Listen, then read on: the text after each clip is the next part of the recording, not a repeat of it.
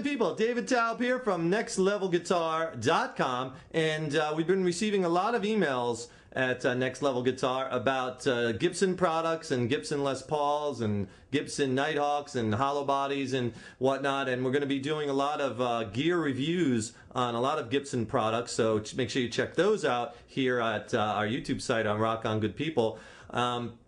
And we've also been getting a lot of questions about this particular Les Paul. So I wanted to just clear up a few things about it here in this email. This is a 96 Gibson Les Paul limited edition standard, Les Paul standard.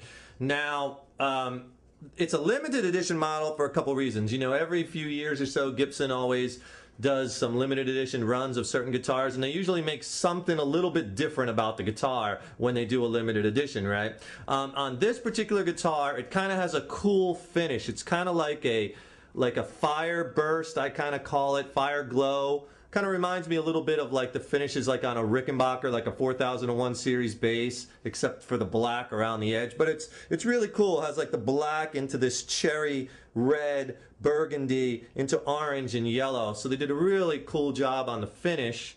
And then the other main difference, and this is where I get a real lot of questions, is people always saying, what's up with those inlays?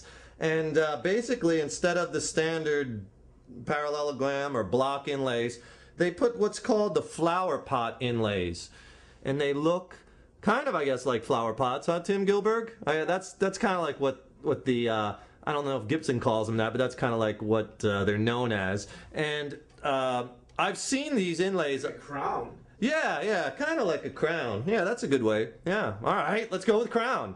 King that Les Paul. Yeah. But I have seen those inlays on other Gibson products, like a buddy of mine has, I think it's a limited edition Nighthawk Gibson, and it has these inlays. So I have seen these inlays before. I'm a sucker for cool inlays. Like I like the Gibson, I think it's the Les Paul Supremes, is it? But they have like, or two inlays that go on an angle, like two lines, kind of cool. So, or the artisan models have really cool inlays. I just think it's kind of like a cool thing to have something different. So the finish and the inlays are what really kind of make this different. And it says on the back, on the headstock, it says limited edition. So it kind of says that on the guitar. So that's what this is, Les Paul Limited Edition 96. We've also been getting a lot of email questions on dating. How do I know the date of my guitar? You know, Fender, Gibson. Right now we're talking about Gibson, so we'll stick with that. And dating instruments is not always the easiest thing to do with, especially with Gibsons and Fender products, because they kind of, sometimes they put dates in one place, other times in others, sometimes it's not dated. So if you really want some good information on dating it, the best that I have seen is go to Gibson.com and then click on support. Click on the link for support, and that'll take you to another screen, and on that screen on the left-hand side, there's a link for dating, and then there's a really good PDF file that comes up that talks about the different dating procedures as per your year, because they kind of changed how they dated them throughout the years. In some ways, it's like it's very random. So it's hard for me in such a small amount of time to go over every way. I don't know what year your Gibson is, so you want to download that PDF file, and I found that very helpful. But I think it was since 1975 or 77, they've used the same dating procedures by stamping the date in the headstock, and then like the first digit is the part of the year, and the next three are the month and day, and then the next one's the year, and then the last three is like the code for if it was made in Nashville or Kalamazoo. What beer has that? Born on Dating. They should do that. Born on Dating. That is a good idea. Born on Dating. Born on Dating. That's not a bad idea. I don't know what beer does that. I think it's Bud.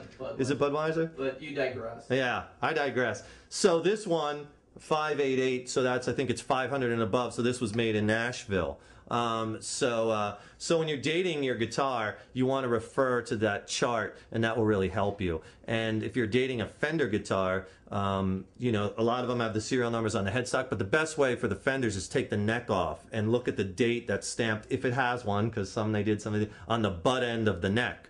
and then you want to compare that on the Fenders. Take off the pick guard, because I've seen in many of them, sometimes they date it by scratching it into the bottom of the pick guard, or they'll put a little tag in the pickup cavity with the serial number or the date, and that's gold. If you have that tag, and the tag from in on the body or in the body cavity in that neck joint, and the date on the neck match the serial number on the headstock, you know, and all of the numbers match, then you're gold. It's kind of like a car, you know. If you're into hot rods, like the engine has a VIN number stamped into it, and that should match the VIN number inside the car, and you want all the numbers to match, meaning it's all original. Because, you know, you could technically, if you don't know the origin of the guitar, how do you know it's the original neck? If there's a serial number like on the headstock, what if someone replaced the neck, right? Then it may not be, the two parts may not be made at the exact same time. So check out Gibson.com and then click on support, and they'll take you to another screen, and on that support screen, it's around the middle on the left, click on dating, and download that PDF file.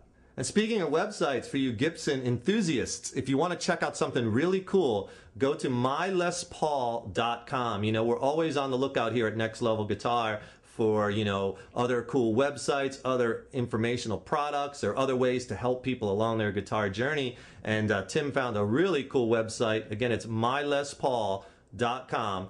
And especially if you're into Les Pauls, man, they have a cool forum with thousands and tens of thousands of posts and a lot of great information on Les Paul. So if you want some more information, go there, and we have the link in the box next to this video on YouTube. We'll have the URL. You'll click on that, and that'll take you right to it. It's mylespaul.com. So we'll keep on bringing you more informational websites, and of course our lessons and gear reviews and whatnot. So thanks for watching this video. Hope you found it helpful. Go to our website at nextlevelguitar.com. We have hundreds and hundreds of video instructional lessons for beginners, intermediates, advanced players, written lessons, jam tracks, forum, lots of great stuff. And if you like our videos on YouTube, please hit the subscribe button, which is in the upper right hand corner, and then you'll be notified when we have new lessons or new videos coming out. So make sure you hit that subscribe button, and make sure you turn your Les Paul up to 11. Nigel says sustain! Sustain on the amp. Get that amp up to 11 too, and we want to hear them.